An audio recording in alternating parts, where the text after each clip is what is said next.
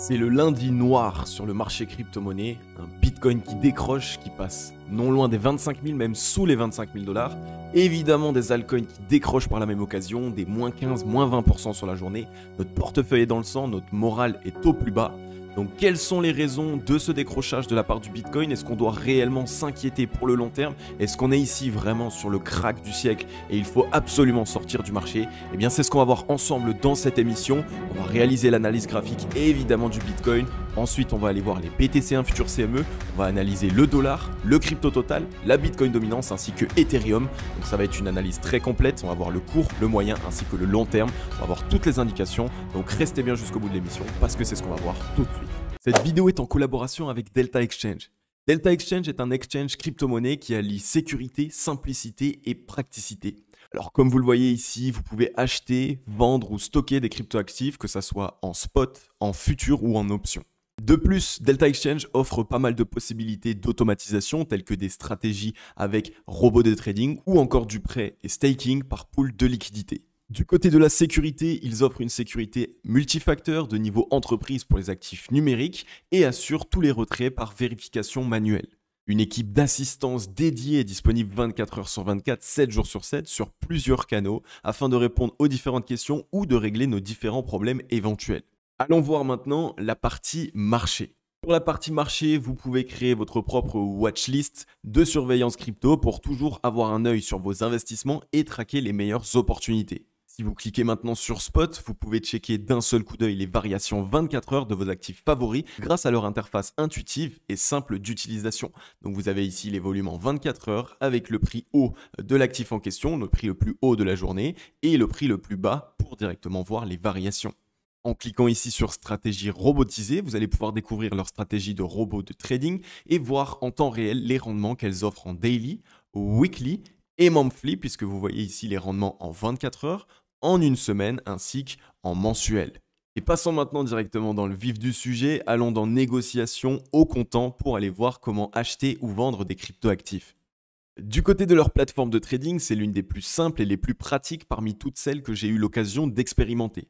Ils disposent d'un très large choix, ici comme vous le voyez, de plus d'une centaine de cryptoactifs, donc vous avez largement le choix, qui peut vous permettre en plus de ça de tout centraliser sur un seul et même exchange. Vous pouvez acheter ou vendre un actif directement au prix du marché ou en plaçant un ordre de manière rapide. Tout ce que vous avez à faire, c'est simplement aller sur l'actif en question, notamment ici le Bitcoin. Vous voyez ici Limits, donc ça va vous permettre de choisir à quel prix est-ce que vous souhaitez que votre ordre soit déclenché pour que votre position soit évidemment ouverte. Par la suite, vous entrez la quantité que vous souhaitez investir lorsqu'on arrivera sur ce prix-là et tout est fait directement de manière automatisée. Vous pouvez évidemment même, avant d'ouvrir la position, y intégrer votre take profit pour prendre vos profits en fonction de vos stratégies d'investissement ainsi que votre stop loss pour éviter toutes les pertes.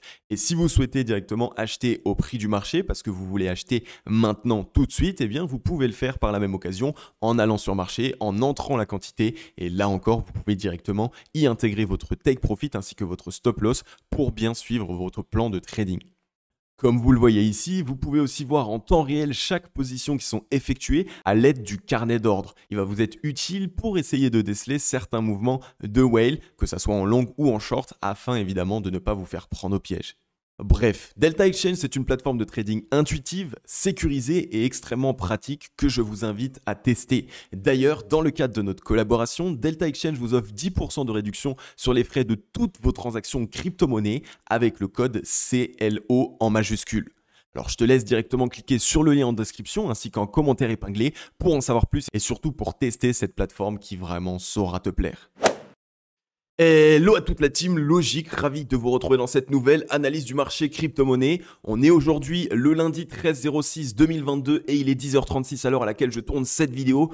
Alors évidemment, j'aurais bien aimé pouvoir vous faire cette émission avec du vert, des belles perspectives haussières et non pas un décrochage baissier comme on a pu le connaître là malheureusement, mais c'est pas grave. Le marché est en train d'essayer de nous apprendre quelque chose, donc il faut absolument qu'on voit ensemble les indications que nous avons, les raisons pour lesquelles aussi nous avons eu ce décrochage, parce que vous allez le voir, on a raté certaines indications. J'ai envie de dire qu'on avait sous les yeux depuis un petit peu de temps, mais qu'on n'a pas vu, qu'on a oublié de souligner et qu'on a oublié un petit peu dans la pénombre de toutes les informations qu'un graphique peut nous partager. Donc on est ici tout simplement sur le Bitcoin en daily. Comme vous le voyez, on est actuellement au 24 621 $. On a eu ici une journée d'hier, donc la journée de dimanche qui a été totalement vendu. Donc il y a eu vraiment ici un décrochage baissier qui a été fait sur la journée d'hier. On voit qu'on est venu casser malheureusement cette ancienne borne basse du range dans lequel nous étions environ aux 28 000 $ et que pour l'instant on est en train de dépasser la mèche précédente qui pour rappel était ici située aux 25 485 $. Alors ici à proprement parler, graphiquement parlant, il n'y a pas de réelles indications pour nous dire que le Bitcoin aurait pu décrocher de cette manière sur le cours spot. Ça veut dire que ici le décrochage baissier que nous avons eu n'a pas une raison graphique aujourd'hui sur le Bitcoin Spot. Par contre, il a une raison graphique sur les BTC1 futurs CME. Donc, vous le savez, c'est les contrats futurs sur le Bitcoin. Là, oui, on avait une indication, on avait une zone qu'il fallait qu'on aille rechercher. On va aller la voir juste après le Bitcoin ici. Donc, il aurait fallu évidemment qu'on garde encore en tête cette information et qu'on se dise évidemment que l'éventualité est là et qu'il y a la possibilité que le cours aille rechercher le prix en question. Si vous regardez un petit peu ici au niveau du ratio long short BIMEX, comme vous le voyez, on est de toute façon extrêmement survendu. On est en train de diverger de plus en plus. On est toujours dans la borne basse, donc dans l'extrême vente.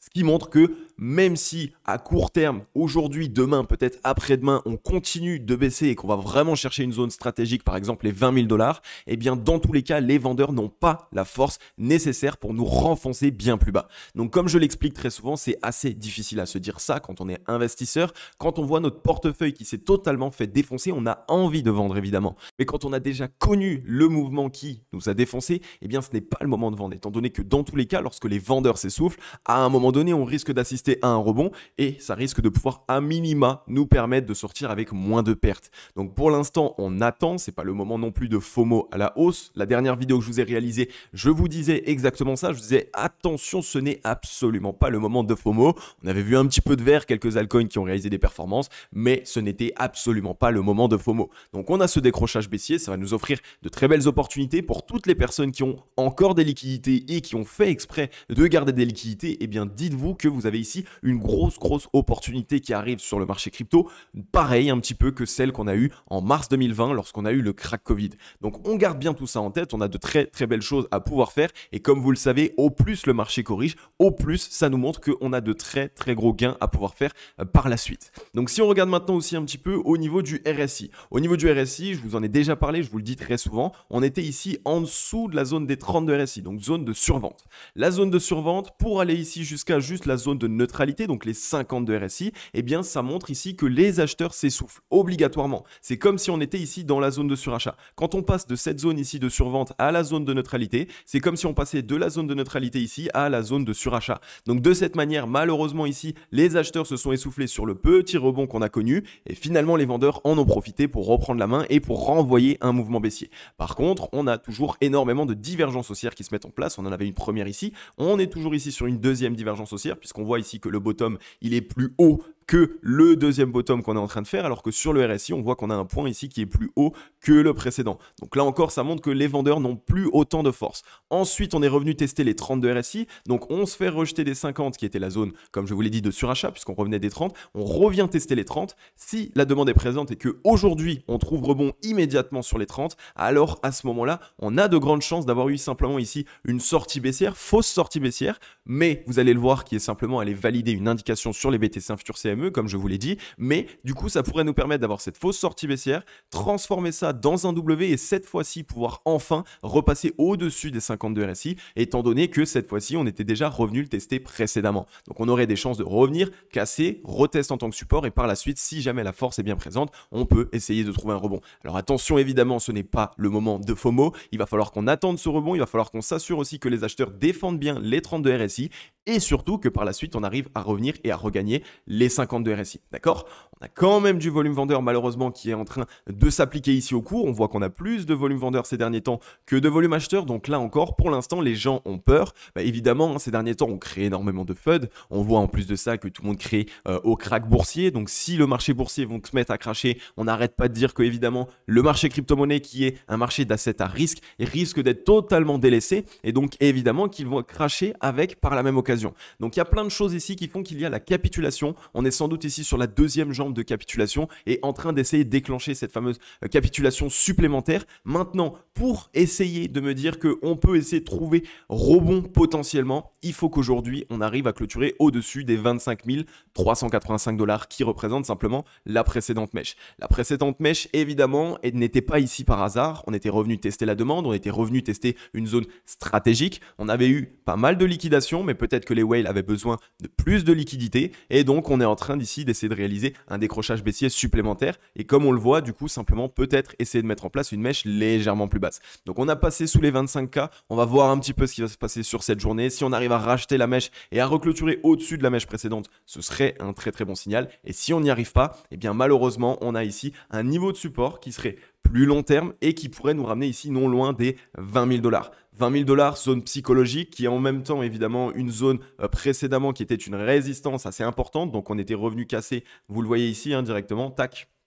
Les 20 000 $ qui a été la zone de cassure ici le 14 décembre 2020, donc lors du précédent bull run. On n'était jamais revenu encore tester cette zone. Donc là, malheureusement, si jamais on n'arrive pas à sauver la journée d'aujourd'hui, alors à ce moment-là, on a peut-être des chances sur la semaine de revenir chercher les 20 000. Et après, vous le savez, on aura besoin de toute façon peut-être d'une consolidation pour récupérer de la force et surtout pour faire en sorte que les esprits se calment parce qu'on a les esprits très très chauds ces derniers temps et les investisseurs sont vraiment à fleur de peau. Par contre, si on regarde un petit peu maintenant sur le MACD, on n'a pas des signaux qui sont forcément mauvais. En termes de bottom, on tient des bottoms de plus en plus hauts alors qu'on fait que des points bas de plus en plus bas sur le cours. Il va simplement falloir qu'on s'assure qu'on n'est pas en train de dessiner un M-top de cette manière sur le MACD et qu'on vienne casser par la suite cette zone. Parce que là, ce serait un très mauvais signal et là, on pourrait avoir une petite accélération baissière et revenir chercher des zones assez importantes étant donné que c'est du weekly et si on a un M-top MACD weekly, là ce serait un mauvais signal. Donc il va falloir qu'on s'assure de tout ça, comme je vous l'ai déjà dit, il va falloir absolument qu'on tienne le précédent bottom sur le MACD. Si on fait quelque chose de ce type, alors ça peut être extrêmement propre et ça pourrait nous permettre de mettre en place un W et de réinstaurer une dynamique haussière, mais cette fois-ci pas à court terme ni à moyen terme, mais vu que nous sommes en weekly, ça nous permettrait d'instaurer une dynamique haussière à long terme. Donc voilà un petit peu ce qui se passe sur le Bitcoin. Pour l'instant, sur le Bitcoin spot, il n'y a pas grand chose de plus à dire à part de dire qu'il faut faire absolument attention à ce qu'il se passe. On va avoir de très très belles opportunités ces prochains temps et maintenant il faut simplement qu'on s'assure de voir une réaction acheteuse. Ça sert à rien qu'on essaye de gratter le moindre pourcent à acheter de maintenant. On va attendre un petit peu, même si on a un léger rebond de 2-3% au vu de la correction que nous avons connue. Dans tous les cas, ça va nous permettre de rentrer à très bon compte et s'il y a beaucoup de personnes qui regardent cette vidéo qui attendaient un point d'entrée sur le Bitcoin ou sur le marché crypto-monnaie en général, eh bien je peux vous le dire, vous allez être servi et surtout vous êtes déjà servi maintenant. Ensuite, nous voilà ici sur les BTC1 futurs CME, les contrats futurs. Donc, on n'est pas ici sur le Bitcoin Spot, on est sur les professionnels. Et donc, vous le savez, eux sont fermés le week-end. Ce qui veut dire que quand le vendredi, nous avons une clôture et que par la suite, du coup, les CME, les futurs, réouvrent le lundi, on peut créer ce qu'on appelle des gaps. Ça veut dire que la clôture du vendredi et l'ouverture du lundi a été différente. Donc, il y a eu du mouvement pendant le week-end. Et donc, à ce moment-là, on a des gaps, donc des trous dans le prix. Ici, par exemple, vous voyez un trou dans le prix. On vient de créer un gap. Donc ça, c'était un premier gap. Ensuite, on a ici un deuxième gap, un trou dans le prix, puisque comme vous le voyez précédemment, le prix ici, il est toujours d'habitude collé. Mais dès lors qu'on vient ici créer des trous, c'est ce qu'on appelle des gaps. Et donc ces gaps-là sont la majorité du temps comblés. Et c'est la raison pour laquelle on est revenu chercher cette zone des 25 000 $. J'avais complètement oublié. C'est un petit peu ma faute. J'aurais bien voulu vous le présenter, mais moi-même, j'en avais complètement omis l'hypothèse. C'est qu'on avait ici un gap qui était directement présent dans les 25 000 $. Et c'était un gap qu'on avait créé le 28 décembre 2020. Donc vous voyez que ça fait ici 1 an et demi à peu près qu'on avait créé ce gap et on est quand même revenu le combler. C'est la raison pour laquelle à partir de maintenant, il faut absolument qu'on se dise tout le temps que lorsqu'on crée un gap, on risque d'aller le combler. D'accord? Donc de cette manière, on va vraiment garder ces hypothèses-là. Les gaps, c'est vraiment des informations qu'il va falloir qu'on garde absolument en tête. Ensuite, ce qui est bien et positif, c'est que on est venu le combler ce gap. Donc maintenant que c'est fait, c'est déjà un très bon signe. Ça nous montre qu'on est en train de recréer une certaine sérénité sur le marché crypto. Et vous le savez, le fait d'avoir ici des épées de Damoclès au-dessus de la tête, comme des gaps comme celui-ci très long terme, eh bien à un moment donné, il se peut que le marché décroche pour revenir chercher ces zones stratégiques. Ok? Donc ça, c'est la première des choses. Donc la raison pour laquelle le Bitcoin a décroché en spot, absolument, c'est le gap futur CME qu'il a fallu qu'on aille rechercher. D'accord? Ensuite, si on regarde maintenant, on a aussi des bons signaux du coup maintenant. Étant donné qu'on a créé du coup ici un gap qui se fait entre les 26 et 27 000 $, donc là encore, c'est une zone du coup que cette fois-ci, il va falloir qu'on recherche, donc un rebond potentiel pour combler ce gap. Et on a toujours ce gap ici entre les 35 000 et environ les 34 000 $. Donc là encore, on devrait normalement revenir combler ce gap à un moment donné.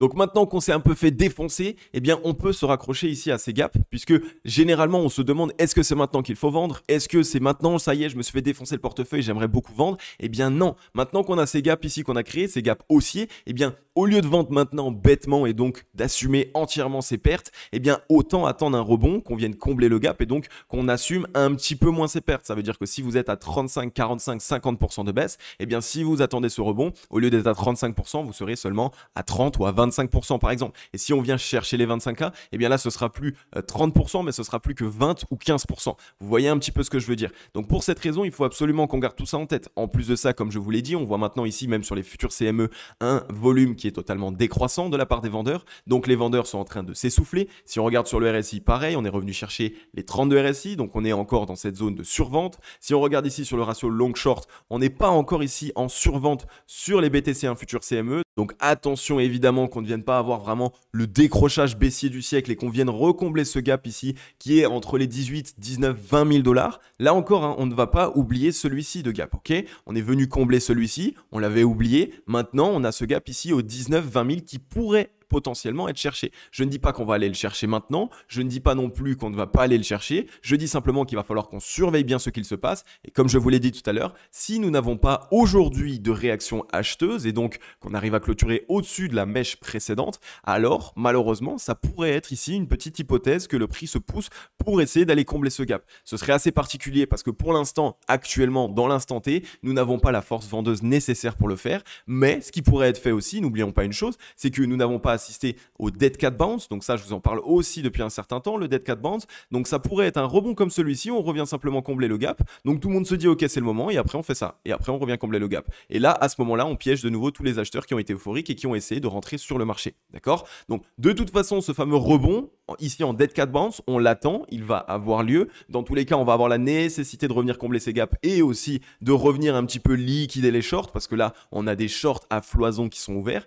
mais ça ne veut pas dire qu'il faut FOMO, d'accord? Si on regarde maintenant ici sur le MACD, c'est plutôt propre, on est passé au-dessus de la zone de neutralité et on est en train de la retester en tant que support, on a toujours une très belle divergence haussière et ici on voit que les futurs ont totalement ici gonflé, donc ça montre vraiment qu'il y a pas mal de contrats futurs et donc que les professionnels potentiellement sont ici en train d'essayer d'ouvrir des positions longues. Maintenant, il faut qu'on s'assure aussi et évidemment que sur cette journée, on arrive à tenir la zone de neutralité. Si on fait quelque chose comme ça, là c'est très très propre parce que ça nous montre vraiment que les acheteurs reprennent la main et reprennent la dynamique. Par contre, si on vient casser ici la zone de neutralité, il faut vraiment qu'on s'assure qu'on tienne un bottom plus haut et donc ça pourrait faire quelque chose comme ça. Mais comme je vous l'ai dit là encore, il va vraiment falloir qu'on reste prudent. Donc voilà pourquoi le Bitcoin a corrigé à court terme, simplement parce qu'on a eu un gap futur CME qu'il fallait qu'on comble. On l'a créé en décembre 2020 et évidemment, c'était une épée de Damoclès que nous avons au-dessus de la tête. On l'avait un petit peu oublié, mais maintenant, on s'assure de ne plus jamais réaliser cette erreur. Donc les gaps futurs CME, on les garde en tête et surtout, on les marque ici tout le temps sur ces graphiques.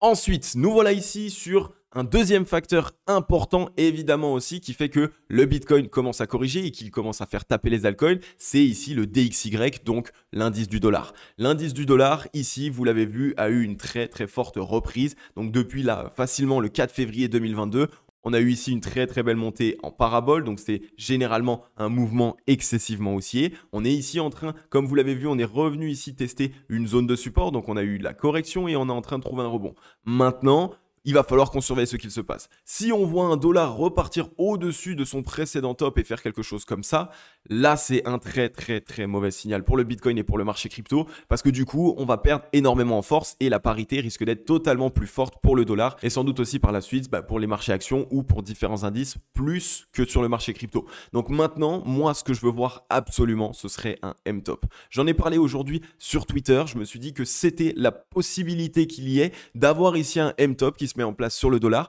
donc une correction du dollar et on reprend en force sur le Bitcoin ainsi que sur le marché crypto-monnaie. Mais si on n'a pas ce M-top sur le dollar, ça risque d'être très compliqué pour le marché crypto-monnaie. Donc là, ça pourrait vraiment faire une accélération baissière. On reviendrait très rapidement rechercher ici les points bas. Et donc à ce moment-là, ça permettrait au Bitcoin de recevoir à nouveau de la force et surtout des liquidités rapidement, puisque la majorité des personnes qui utilisent le dollar voudraient se défendre de la déflation de cette monnaie et donc l'investiraient dans des actifs à risque ou alors directement, évidemment, dans des actifs refuges, donc dans des valeurs refuges. Donc ce M-top sur le dollar, on l'attend. On aimerait vraiment qu'il se mette en place. Ce qu'il faut surveiller, c'est la clôture d'aujourd'hui ainsi que la clôture de demain. On ne veut pas voir de clôture au-dessus des 104,75 points. Donc cette zone-là, on ne veut pas réussir à clôturer au-dessus. On peut mettre en place une petite mèche, mais il faut absolument qu'elle soit revendue. Si ce n'est pas le cas, ça risque d'être très mauvais. Si on regarde maintenant sur le MACD, pour l'instant, il n'y a rien qui nous montre qu'on ait une très forte reprise acheteuse. Au contraire, on a rebondi ici sur un V-bottom. On n'est pas en train de mettre en place des W. Au contraire, on voit qu'on est en train de faire ici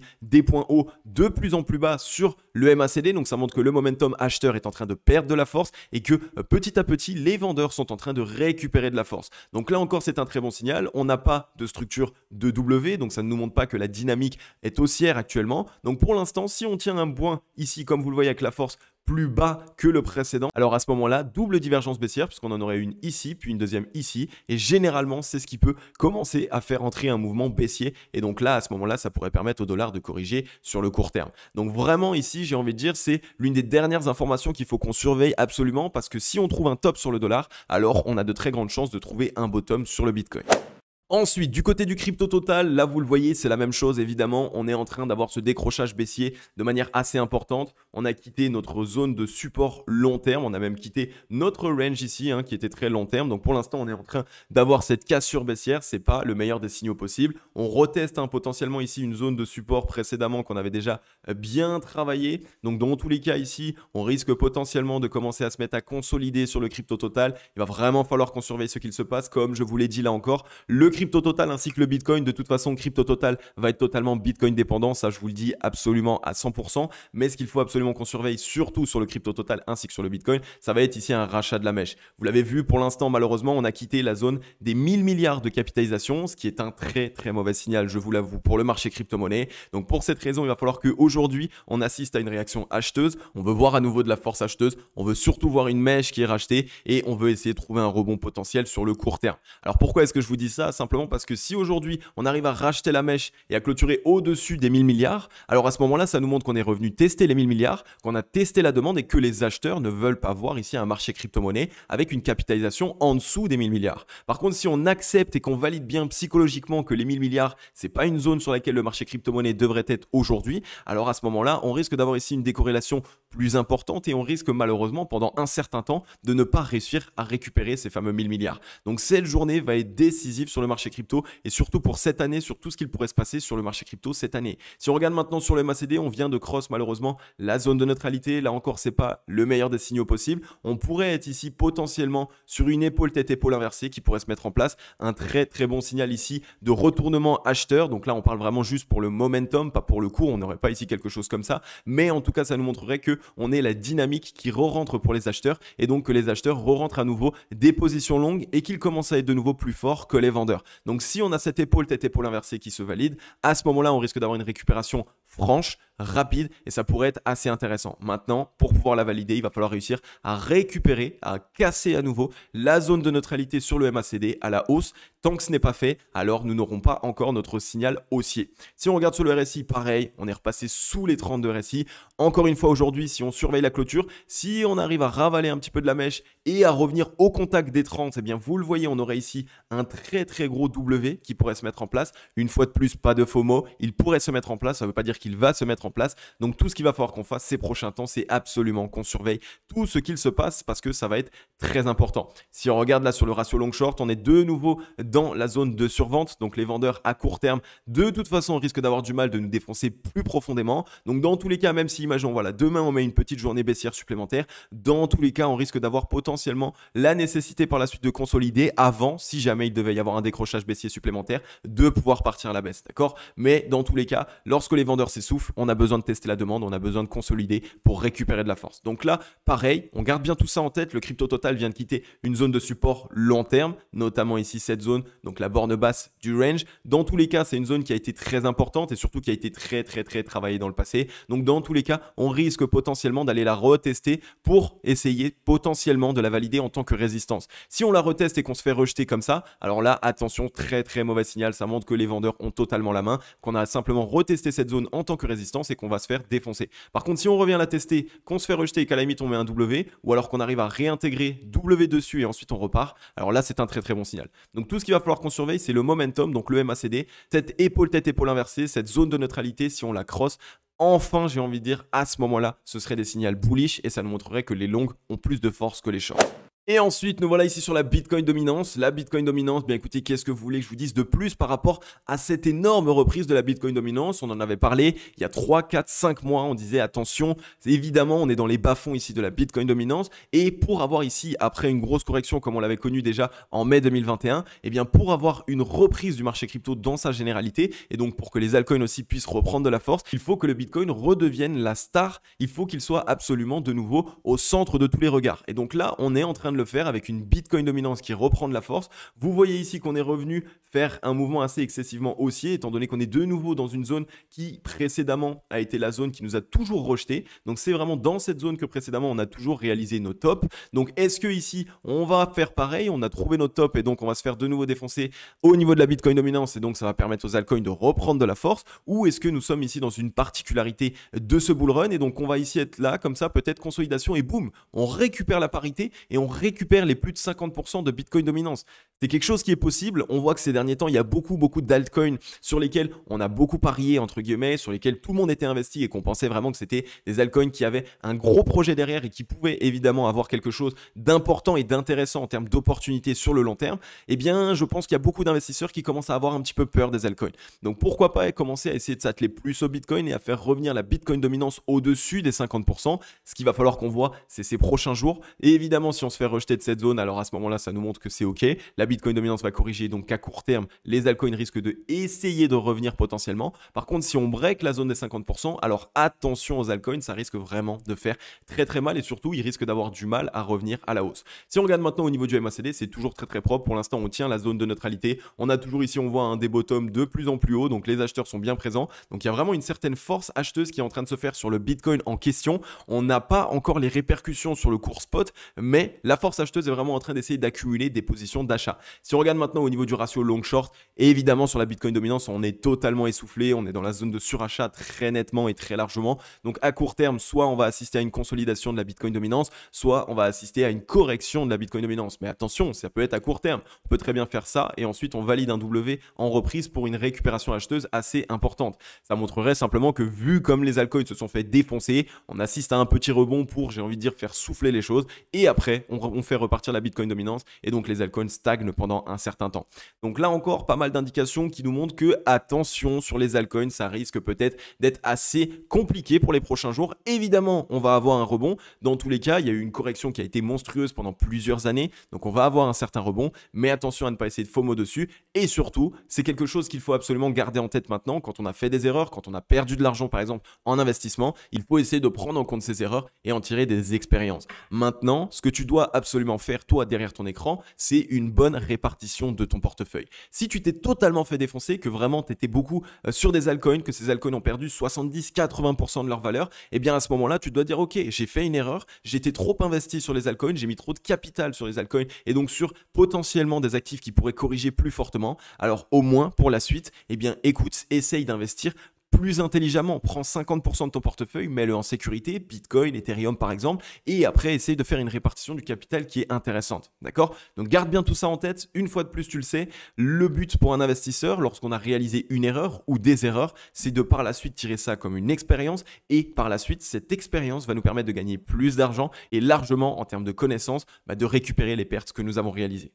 Ok la team, j'en ai fini avec cette émission. Alors ça faisait un petit peu de temps que je vous avais pas fait une émission full graphique. Donc là on a vraiment vu ensemble que les graphiques, les indications primordiales. Qu'est-ce qu'il s'est passé? Pourquoi le Bitcoin a décroché de cette manière? Alors vous l'avez vu, évidemment, il y a des informations qui peuvent passer sous les radars. quand on a tous les jours les yeux derrière les graphiques, il se peut qu'il y ait certaines informations qu'on oublie. On avait ce gap des futurs CME qu'il fallait qu'on aille combler, on est allé le combler. Donc maintenant que c'est fait, il va falloir qu'on surveille ce qu'il se passe. Comme je vous l'ai expliqué par la même occasion, là, ici, si on souhaite trouver un bottom, il va falloir qu'on attende de voir que le dollar se casse la figure.